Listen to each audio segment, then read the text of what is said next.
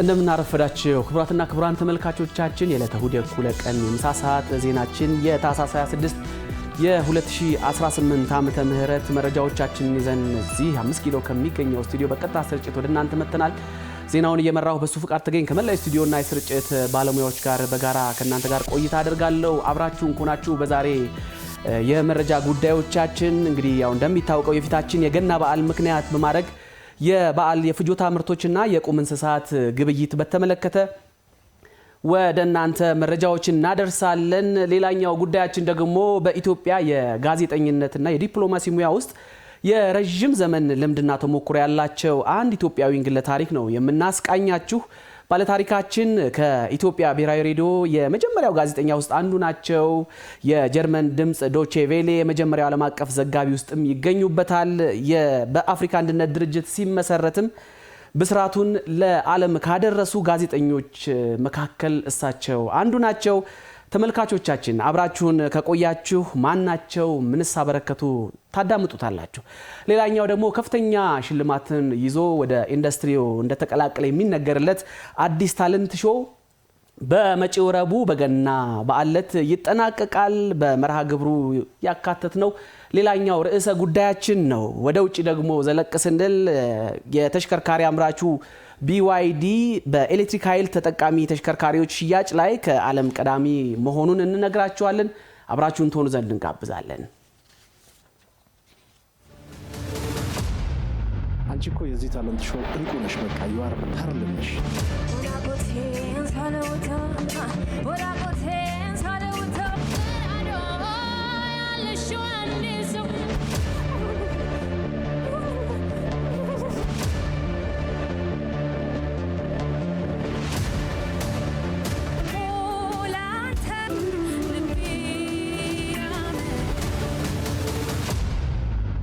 እንዲህ ይሄ ምን አይነት ታለንት ነው? የተደበቀ ጉድ ነው።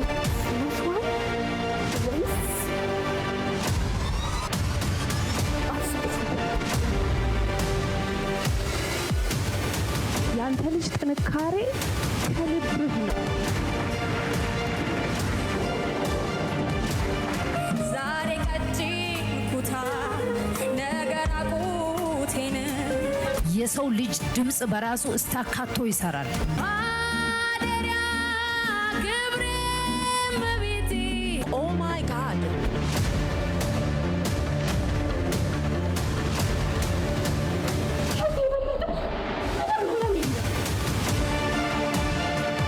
በድጋሚ በቃ ብድግ ብዬ ባጨበጭብስ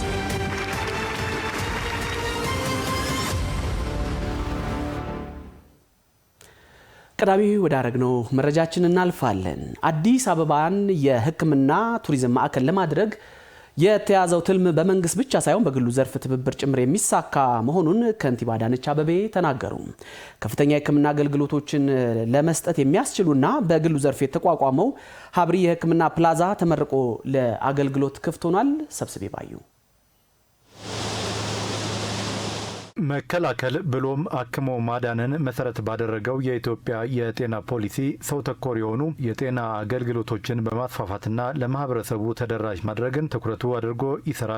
በአዲስ አበባ ከተማም ጥራት ያለውና ደረጃውን የጠበቀ የጤና አገልግሎትን ለነዋሪው ከማድረስ ባለፈ ከተማዋን የጤና ቱሪዝም ማዕከል ለማድረግ ትልም ተነድፎ የተሰራበት ሲሆን ይህ ትልም የሚሳካው ታዲያ በመንግስት ጥረት ብቻ ሳይሆን በግሉ ዘርፍም ድጋፍ ጭምር መሆኑን ነው። ከፍተኛ የሕክምና አገልግሎቶችን ለመስጠት የሚያስችለውና በግሉ ዘርፍ የተቋቋመው ሀባሪ የሕክምና ፕላዛ ተመርቆ ለአገልግሎት ክፍት በተደረገበት ወቅት ከንቲባ አዳነች አቤቤ የተናገሩት መስራት እንችላለን፣ ነባሮቹን እናድሳለን፣ አገልግሎታቸውን እናዘምናለን፣ አዳዲስ ደግሞ እንገነባለን ብለን ያቀርነው።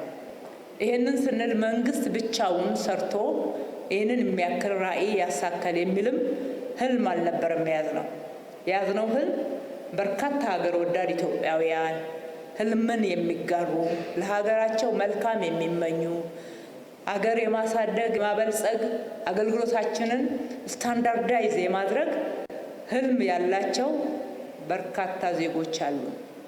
እነሱን ሁኔታዎችን ምቹ ካረግንላቸው፣ ካገዝን፣ ካስተባበርን እንደ መንግስት የመሪነትን ሚና ከተወጣን ይሰራሉ የሚል እምነት አሳድረን ነው። በከተማዋ በግሉ ዘርፍ ዘመናዊ የጤና አገልግሎትን የሚሰጡ ተቋማት እየተመሰረቱ መሆናቸውን የተናገሩት ከንቲባዋ በመንግስት በኩልም እየተገነቡ መሆናቸውን ገልጸዋል። አዳዲስ ሆስፒታሎችን እየገነባን ነባሮቹን ደግሞ በትልቅ ደረጃ እያዘመንን ለህዝባችን የሚመጥነውን አገልግሎት ለከተማችን የሚመጥንን አገልግሎት ለማቅረብ ጥረት እያደረግን ነው። በአዲስ አበባ ተርሸሪ አገልግሎት መስጠት የሚችሉ 3 ሆስፒታሎችን እንደ መንግስት አዳዲስ ሆስፒታሎች ማለት ነው ገንብተን እያደረስን ያለ ነው። ደረጃውን የጠበቀ ከፍተኛ የሕክምና አገልግሎትን በሀገር ውስጥ ተደራሽ ማድረግ ይገባል ያሉት ከንቲባዋ ከተማዋን የሕክምና ቱሪዝም ማዕከል ለማድረግ አብረን እንስራ ሲሉም ጥሪ አቅርበዋል። አብረን በመስራት ሀገራችንን የሜዲካል ቱሪዝም መዳረሻ እናርግ፣ ለህዝባችን የላቀ አገልግሎት እንስጥ። የሀባሪ ሜዲካል ፕላዛ ላይ ብዙ ልብን የሚያሞቁም እጅግ ደስ የሚያሰኙ ዜናዎች ሰምተናል። ፈጣን አገልግሎት በመስጠት በተለይም ደግሞ የዘመኑ ቴክኖሎጂ በመጠቀም በኩል በባለሙያም በሕክምና መሳሪያዎችም የተደረገውን ዝግጅት የተደረገውን ከፍተኛ አገልግሎት ለመስጠት ያለውን ዝግጁነት ሰምተናል። በምንዞርበትም ወቅት ተመልክተናል። እጅግ በጣም ደስ ያሰኘናል። በሚቀጥለውም በምታደርጉት ጥረቶች ውስጥ ለመስራት አልቃችሁ አገልግሎታችሁን ለህዝባችሁ ለማድረስ በምታደርጉት ጥረት ውስጥ የከተማ አስተዳደሩ አብሯችሁ ነው ያለው። የጤና አገልግሎትን ተደራሽነት ለማረጋገጥ የሁሉም አካላት ትብብር ያስፈልጋል ያሉት የጤና ሚኒስትር ዶክተር መቅደስ ዳባ ይህንን ለመተግበር የሚያስችል የ15 ዓመት ፍኖተ ካርታ መቀረጹንም ተናግረዋል። መንግስት ብቻውን የጤና አገልግሎትን ሸፍኖ ለህብረተሰባችን ጠቅላላ የጤና አገልግሎት ማድረስ እንደማይችል መንግስታችን ያምናል፣ ሁላችንም እናውቃለን፣ ዓለምም ይህንን ይመሰክራል። ያንን ማድረግ እንድንችል ግን የመንግስት የግሉ ዘርፍ የሁሉም ባለድርሻ አካላት ትብብር መቀመጥ እንዳለበት በግልጽ የሚያስቀምጥ ነው። ለዚህም እንግዲህ ለፖሊሲ ማስፈጸሚያ እንዲሆኑ ብቻ ሳይሆን ህብረተሰባችንን ተደራሽ ማድረግ እንድንችል ለ15 ዓመት የሚያገለግል የጤና በተለይም ደግሞ የስፔሻሊቲዎች የሰብ ስፔሻሊቲዎች ምን አይነት ሮድ ማፕ ያስፈልገናል ብለን አስቀምጠን መተግበር ጀምረናል። ይህንን ስንመለከት አንደኛው የመጀመሪያ ደረጃ ጤና ክብካቤን ማሳደግ ነው። እንደዚህ አይነት የሜዲካል ፕላዛዎች በሀገራችን በጣም ትልቅ የመጀመሪያ ደረጃ ጤና ክብካቤን ማሳደጊያ መግቢያችን ናቸው። ሀባሪ የሕክምና ፕላዛ 15 የስፔሻሊቲ የሕክምና አገልግሎቶችን መስጠት የሚያስችልና የዲጂታል የሕክምና አገልግሎትንም ተደራሽ የሚያደርግ መሆኑን መስራቹ ዶክተር አከዛ ጣመ ተናግረዋል። ሀባሪ ሜዲካል ፕላዛ ወደ 15 የሚሆኑ ስፔሻሊቲ ሰርቪስስ ያሉት አዲስ የጤና ተቋም ነው የከፈት ነው ዛሬ። The entire building outpatient facility ነው። ሜዲካል ቱሪዝምን ሪቨርስ ለማድረግ በብዛት ወደ ውጭ የሚሄደውን ታካሚ አገሩ ውስጥ የሚታከምበት ሁኔታ አሬንጅ ለማድረግ ነው የጀመርነው። ዲጂታል ሄልዝ ላይ ይሄንን ሰርቪስ በሰፊው ልንሰራበት ተዘጋጅተናል። ዋናው ፎከሳችን ሰርቪሱ ላይ ነው እንጂ በፕራይስ ደረጃ ከዛ የተለየ ማድረግ ስለማንፈልግ ያው ኢትስ ናት ፎር ኤቭሪዋን ጥያቄ የለውም። ግን ካሉን የጤና ተቋማት ጋር በይዘቱና በእንትኑ ለየት ቢልም ክፍያው ላይ አንድ ያደረግ ነው። ሀባሪ የሕክምና ፕላዛ በዋነኝነት በተመላላሽ ሕክምና ላይ የሚያተኩር ሲሆን አስተኝቶ የማከም አገልግሎቶችን በእህት የሕክምና ተቋማቱ በኩል እንደሚሰጥም ተገልጿል። ከባለፈው አርብ ጀምሮ በሁሉም ክፍለ ከተሞች የገና በዓል ባዛሮች ተከፍተዋል። ባልደረቦቻችን በተለያዩ ስፍራዎች ተሰማርተዋል። የበዓሉ ግብይት ሂደቱ ምን ይመስላል የሚለውን ሊያስቃኙን ባልደረቦቻችን በአዲስ አበባ ከተማ በተለያዩ ቦታዎች ላይ ይገኛሉ። ባልደረባችን ራሄልና እንደዚሁም ባልደረባችን መቅደስ ደምስ በቀጥታ የስርጭት ይገኛሉ። እንደምን አረፈዳችሁ? የበዓል ግብይቱ ምን ይመስላል የሚለውን እስኪ ከራሄል እንጀምርና የት ቦታ ነው ያላችሁት? አመሰግናለሁኝ። እንግዲህ ቀደም ሲልም እንደተነሳው በክርስትና እምነት ተከታዩ ዘንድ በድምቀት ከሚከበሩ በዓላት መካከል የገና በዓል አሊያም የኢየሱስ ክርስቶስ የልደት በዓል አንዱና ዋነኛው ነው። ይህም በዓል እንግዲህ ከፊታችን ሮብ በድምቀት ይከበራል። ይህንን አስመልክቶ በተለያዩ ክፍለ ከተሞች እንግዲህ በተለይ በዓሉ የተሳለጠ ይሆን ዘንድ ግብይቱ የተሳለጠ ይሆን ዘንድ እንግዲህ ባዛሮችና ኤግዚቢሽኖች ተከፍተዋል። ዛሬም እኛ የተገኘ ነው በዚህ በየካ ክፍለ ከተማ መገናኛ አካባቢ የሚገኘው ባዛርና ኤግዚቢሽን ላይ ነው። እንደሚታወቀው እንግዲህ በዓላት ሲመጡ የበዓሉን መዳረስ የበዓሉን ዋዜማ ከሚያመላክቱ ሁነቶች መካከል እንግዲህ የግብይት ሁኔታው አንዱና ዋነኛው ነው። በበዓላት መዳረሻዎች በበዓላት ዋዜማዎች ከሌላው ጊዜ በተለየ መልኩ ሰዎች ከቦታ ወደ ቦታ እየተንቀሳቀሱ ግብይቶችን የሚፈጽሙበት የገበያ ስፍራዎች የሚጨናነቁበት ነው። ይህንን ለመቀነስ ግርግሩን ለመቀነስ ደግሞ እንግዲህ ሁሉም በአቅራቢያው የተመቻቸ የግብይት ሁኔታ እንዲፈጽም እንግዲህ በተለያዩ ክፍለ ከተሞች ቀደም ሲልም እንዳነሳሁት ኤግዚቢሽንና ባዛሮች ተከፍተዋል። ዛሬም እኛ በተገናኘንበት በዚህ መገናኛ አካባቢ እንግዲህ በርከት ያሉ ምርቶች የግብርና የኢንዱስትሪ ምርቶች እንደዚሁም ባህላዊ አልባሳትን ጨምሮ የተለያዩ ምርቶች በአንድ ቦታ ላይ ቀርበው ግብይት እየተከናወነ ነው የሚገኘው። እኛም ከኛ ምልከታ ባሻገር ደግሞ ሸማቹ ምን ይላል፣ ለነጋዴዎችስ እንደነዚህ አይነት ኤግዚቢሽኖች መፈጠራቸው ምን እድል ፈጠረ የሚለውን ተዘዋዙረን ስንጠይቅ ነበረ።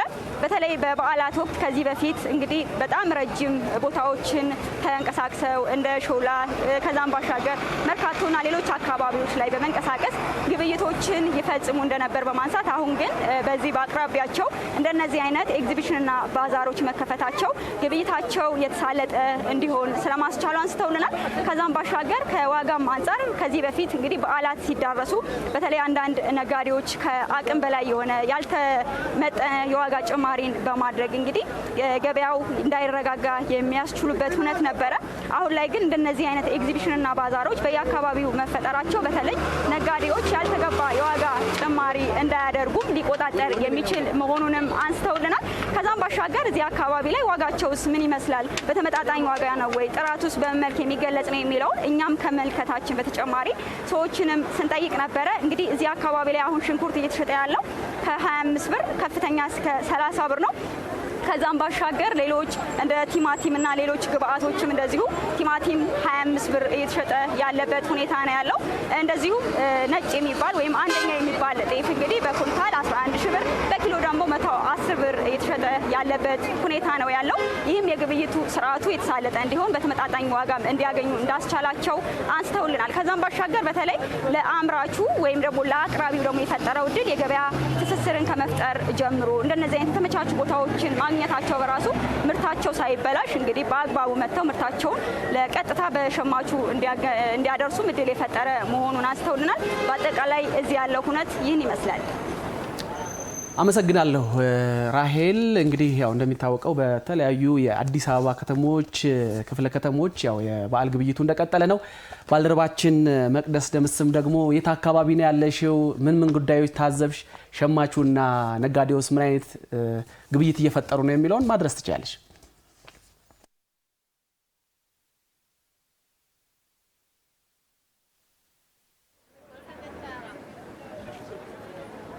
እንግዲህ በሁሉም ክፍለ ከተሞች የተጀመረው የገና ባዛር በዚህ አካባቢም እንግዲህ በስፋት እየተካሄደ ይገኛል።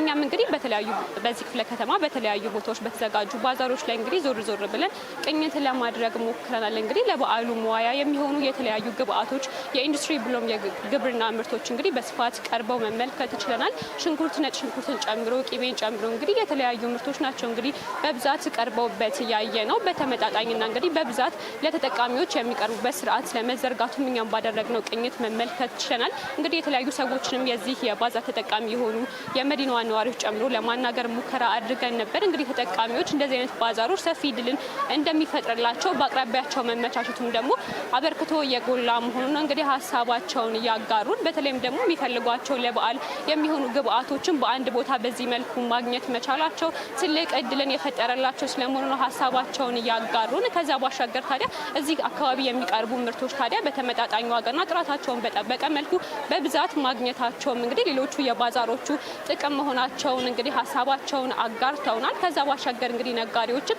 የተለያዩ ምርቶችን በተመጣጣኝ ዋጋ እንግዲህ ለሸማቹ ይዘው መቅረባቸውና ሀሳባቸውን ያገሩን። እኛም እንግዲህ ባደረግነው ቅኝት ሽንኩርትን ጨምሮ ለበዓል ግብአት የሚሆኑ የተለያዩ ምርቶች እንግዲህ በብዛት መቅረባቸውን ነው እንግዲህ በአጠቃላይ መመልከት እየቻለው። እንግዲህ በቅኝት በምናደርግበት ሰዓት የአዲስ አበባ ከተማ የህብረት ስራ ኮሚሽንም እንግዲህ ባዛሮቹ በምን መልኩ ነው ህብረተሰቡን እያገለገሉ የሚገኙት የሚለውን እንግዲህ ቅኝት ሲያደርግ ታዝበናል። እንግዲህ የተለያዩ ምርቶችን ወደ ገበያ በማስገባት ሂደት እንግዲህ ከሳምንታት በፊት ዝግጅት ማድረጉን ነው እንግዲህ ኮሚሽኑ ሀሳቡን ያጋራል።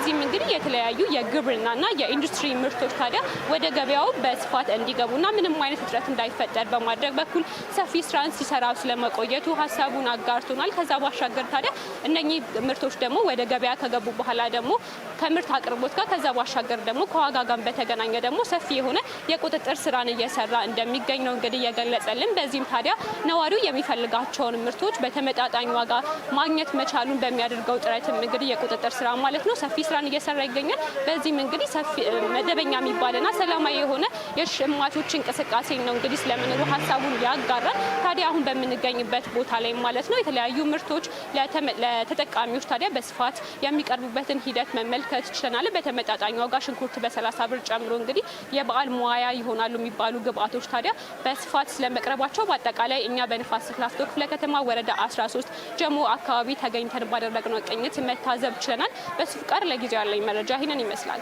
እጅግ በጣም አመሰግናለሁ ራሄል። ባልደረባችን ራሄልና ባልደረባችን መቅደስ በቀጥታ ስርጭት አሁናዊ የገበያ ሁኔታ ምን ይመስላል የሚለውን ስላስቃኛችሁን ከልብ አመሰግናለሁ። ቀጥለናል። በአዲስ አበባ ከተማ በሚገኙ የሸማች ህብረት ስራ ማህበራትና ዩኒየኖች በኩል የሚቀርቡ የኢንዱስትሪና የግብርና ምርቶች በተመጣጣኝ ዋጋ እያገኙ መሆኑን ሸማቾች ተናገሩ። በተቋማቱ ውስጥ በቂ ምርት እንዲኖር በማድረግ የገበያ ማረጋጋት ስራ እየተሰራ እንደሚገኝ የአዲስ አበባ ከተማ ህብረት ስራ ኮሚሽን አስታውቋል። ለሄለን ጀንበሬ ዘገባ ወንድማገኝ አበበ። የአዲስ አበባ ምክር ቤት የንግድና ኢንዱስትሪ ቱሪዝም ጉዳዮች ቋሚ ኮሚቴ ህብረተሰቡ በተረጋጋ ሁኔታ የበዓል ግብይቱን እንዲፈጽም ለገና በዓል የሚሆን የእንቁላል አቅርቦት፣ የእንስሳት ተዋጽኦና የእርድ በሬዎች በተሟላ ሁኔታ የቀረቡ መሆናቸውን ለማረጋገጥ በማዕከሉ ተዘዋውሮ የመስክ ምልከታን አድርጓል። ጉለሌ አለን፣ እዚህ ሴቶች አደባባይ ካሳንቺስ አለን፣ ወደ ኃይሌ ጋርመንት አለን፣ እዚህም ራሱ ሱቅ አለ።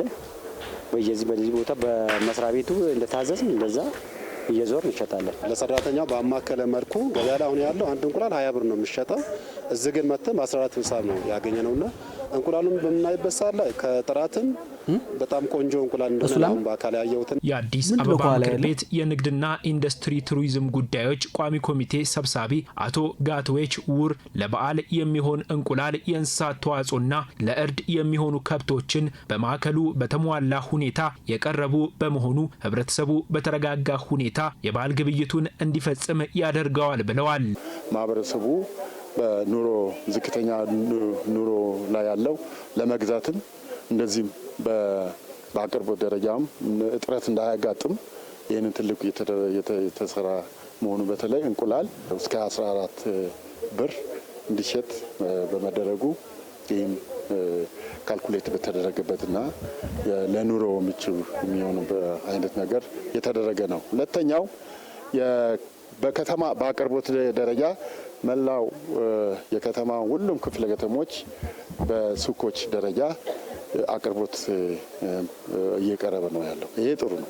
ይሄ መቀጠል አለበት። በማዕከሉ የተመለከቱት ስራ የበዓል ግብይትን አስታኮ አላስፈላጊ የዋጋ ንረት እንዳይፈጠርና የንግድ አሻጥሮች እንዳይኖር የሚያደርግ ተግባር ስለመሆኑ የቋሚ ኮሚቴው ምክትል ሰብሳቢና አባላቱ ገልጸዋል። እንቁላል በብዛት እየገባ ነው፣ እየተመረተ ነው የወጣው። ያየነውም ሲከፋፈሉ ነው፣ ለተቋማት ጭምር ሲከፋፈል፣ ለመንግስት ሰራተኛው ሲከፋፈል አይተናል። በጣም ዝቅተኛ በሆነ ዋጋ ለሀገራችንም ለትውልዱም ተስፋ ሰጪ ነገር ነው ያየ ነው። ስለዚህ በፊት ደብረ ዘይት ላይ ነበረ ይህንን ስራ የምናየው። አሁን ደግሞ በቅርቡ እዚሁ ሀገራችን ላይ በየሴክተሩ በየርቀት በሌለው በዚህ ማዕከሉም ደግሞ እያሰፋ ተጨባጭ የሆነ ስራ ለትውልዱ እየሰራ ስለሆነ በጣም ይበል የሚያስብል ነው። በእንስሳት ልማትና ልዕቀት ማዕከል በቂ የእንቁላልና ሌሎች ምርቶች ለበዓል ለማቅረብ የቅድመ ዝግጅት ስራዎች ተጠናቀዋል ያሉት ደግሞ የአዲስ አበባ አርሶ አደርና ከተማ ግብርና ምክትል ኮሚሽነር ናቸው። በቀን እስከ 32,000 የሚሆኑ እንቁላል ከዚህ ግቢ ብቻ ይወጣል። በቀን 500,000 በላይ እንቁላል ለአመት በዓል ከዚህ ግቢ ብቻ ተዘጋጅቷል። የማድለብ ክላስተርም ወደ 10 የሚሆኑ ሼዶች አሉ። በዛውም ላይ ብዙ የደለቡ ከብቶች ኢቭን ለገና ያዘጋጀናቸው እየተሸጠም ያለው ከትላንትም በዚህ ሳምንትም ብዙ እየተሸጠ ነው። አሁንም ቀሪ ለበዓል የሚወጡ ከብቶች አሉ ማለት ነው። በአዲስ ሚዲያ ኔትወርክ ለአንድ ዓመት ያህል ወደ ተመልካች ሲደርስ የነበረው አዲስ ታለንት ሾው ታህሳስ 29 ቀን 2018 ዓ.ም እንደሚጠናቀቅ ተገልጿል። በዚህ ጉዳይ ላይ ባልደረባችን ሰገነት ውድነህ እንደሚከተለው አዘጋጅተዋለች።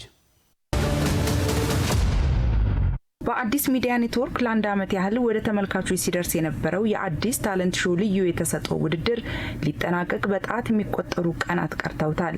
አንድ ዓመት ሙሉ እኛ አርትን ፍለጋ በጣም ሮጠናል። አርትና ወጣትን ለማገናኘትም ትልቅ ትግል አድርገናል።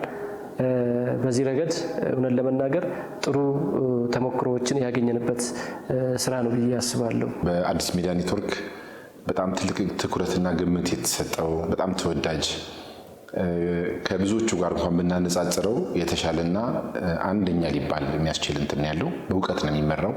የዘመኑን ጥበብ የተላበሰ ነው። በአይነቱ በአቀራረቡና በይዘቱ በልዩነት የመጣው አዲስ ታለንት ሾው በሶስቱ ክውን ጥበባት በሰርከስ በሙዚቃና በትወና ዘርፎች ከ60 በላይ ተወዳዳሪዎችን አሳትፏል። አዲስ ሚዲያ ኔትወርክ ደግሞ የነበረው ላይ የሆነ ነገር አድ አድርጎ ነው የመጣው።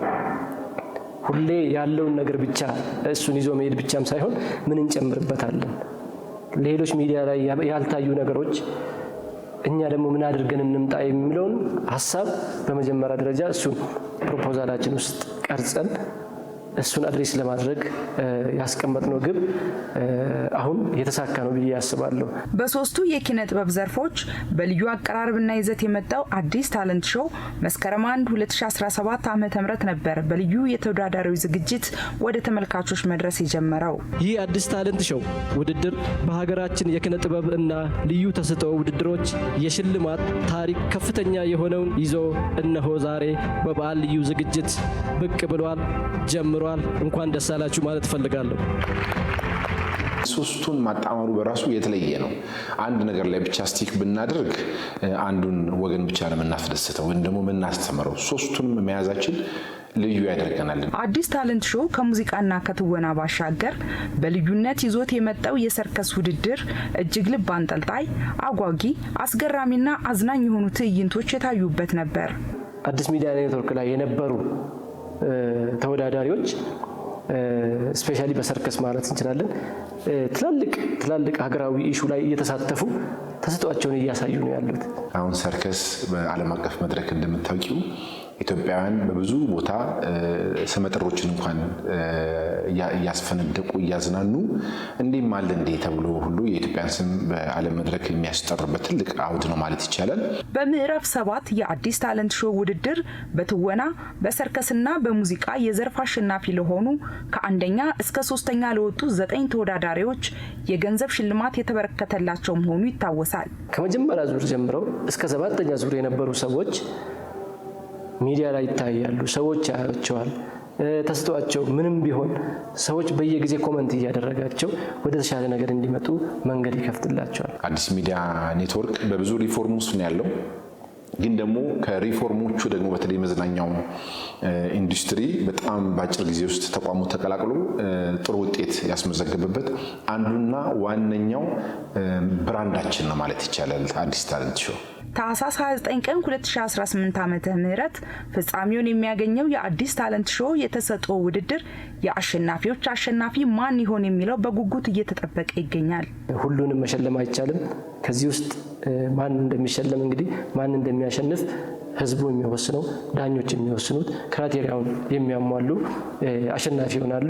ለነሱ እንኳንም ደስ አላችሁ መልካም እድልም ማለት እፈልጋለሁ።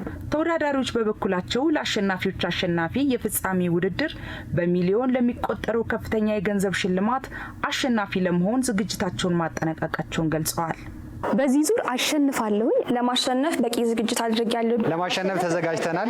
ለማሸነፍ ዝግጅቴን ጨርሻለሁ። በእለቱ በዚህ ልዩ የአዲስ ታለንት ሾው የፍጻሜ ዝግጅት ላይ ከፍተኛ የመንግስት ባለስልጣናት፣ የአዲስ ሚዲያ ኔትወርክ አመራሮች፣ የኪነ ጥበብ ባለሙያዎችና ጥሪ የተደረገላቸው እንግዶች በተገኙበት የአሸናፊዎች አሸናፊ የባለተሰጦች ውድድር የሚጠናቀቅ ይሆናል። ይህ ልዩ የአሸናፊዎች አሸናፊ የሚለይበት የአዲስ ታለንት ሾው የባለተሰጦች ውድድር በዕለተ ገና ከ8 ሰዓት ጀምሮ በቀጥታ ስርጭትና በተለያዩ የማህበራዊ ሚዲያ አማራጮች ወደ ተመልካቾች የሚደርስ ይሆናል። ተመልካቾቻችን እንግዲህ የአዲስ ታለንት ሾው የፍጻሜ ውድድር በዕለተ ረቡዕ የበዓል ዕለት ከ8 ሰዓት ጀምሮ በቀጥታ ስርጭት መከታተል እንደምትችሉ ማሳወቅ እንወዳለን። ወደ ቀጣዩ መረጃችን እናልፋለን። በኢትዮጵያ የጋዜጠኝነት የዲፕሎማሲ ሙያ ውስጥ የረጅም ዘመን ልምድና ተሞክሮ ያላቸው አንድ ኢትዮጵያውያን ግለ ታሪክ እናስቃኛቸዋለን። ባለታሪካችን ከኢትዮጵያ ብሔራዊ ሬዲዮ የመጀመሪያው ጋዜጠኞች ውስጥ አንዱ ናቸው። የጀርመን ድምጽ ዶቼ ቬሌ የመጀመሪያው ዓለም አቀፍ ዘጋቢዎች ውስጥም ይገኙበታል። አፍሪካ አንድነት ድርጅት ሲመሰረትም ብስራቱን ከዓለም ካደረሱ ጋዜጠኞች እሳቸው ቀዳሚው ነበሩ። እኚህ አንጋፋ ጋዜጠኛ ደግሞም ዲፕሎማት ስለ ራሳቸው ያውጉናል። አድምጠን እንመለስ። ውልደቴ እዚሁ መናገሻ በረፈታ የሚባል ቦታ ሸዋ ጠቅላይ ግዛት ይባል የነበረው ውስጥ ነው የተወለድኩት። ያደግኩት ሆለታ ገነት ጦር ትምህርት ቤት አካባቢ ባለው አንደኛ ደረጃ ተምሬ ከዛ ስጨርስ አዲስ አበባ ዩኒቨርሲቲ ገባሁ። የቀዳማዊ ኃይለ ሥላሴ ዩኒቨርሲቲ ሲመረቅ አንድ አመት ሲቀረው ነው የገባሁት። አብሬ መረኩኝ ማለት እችላለሁ። ግርማዊነታቸው የብስራተ ወንጌል ሬዲዮ የሚባለውን ሲመርቁ እኔ የመጀመሪያው የእንግሊዝኛ የአማርኛም ተናጋሪ አናውንሰር ነበርኩ። ጋዜጠኝነትን እዛን የተላመድኩት የጀርመን ልዑል መጥተው ሲጎበኙ ጣቢያውን ስኮላርሺፕ ሰጥቶኝ ከዛ እዛ እያለሁ ዶቼ ቬለ የመንግስት ተቋም የፓርላማው ተቋም የአማርኛ ፕሮግራም መጀመር አለብን፣ አንተ ለዚህ ተስማማለህ እና ጀምርልናል። ይሄ እንግዲህ አንድ ምዕራፍ ነው ለኔ። የመጀመሪያው የዶቼ ቬለ ተናጋሪ ሆኜ ከ60 ዓመት በፊት ይሄን አደረኩ። ሰርቶ አደር ጋዜጣ የዓለም አቀፍ ገጽ አዘጋጅ እንደሆን ከጓድ ሽመልስ ማዘንጊያና ከጓድ ተስፋ የታደሰ ጋር ሆነን አቋቋምንላቸው። የቀይ መስቀል ዋና ጸሐፊ ሆኜ 1 ሚሊዮን ብር የነበረውን ጥሪት ድርጅቱ እስከ 500 ሚሊዮን ከዛም በላይ የሆነ በብር በዛን ጊዜ ሲተመን ሀብትና ንብረት አሰባስበን ያንን ቀይ መስቀል በእግሩ አቆሙ።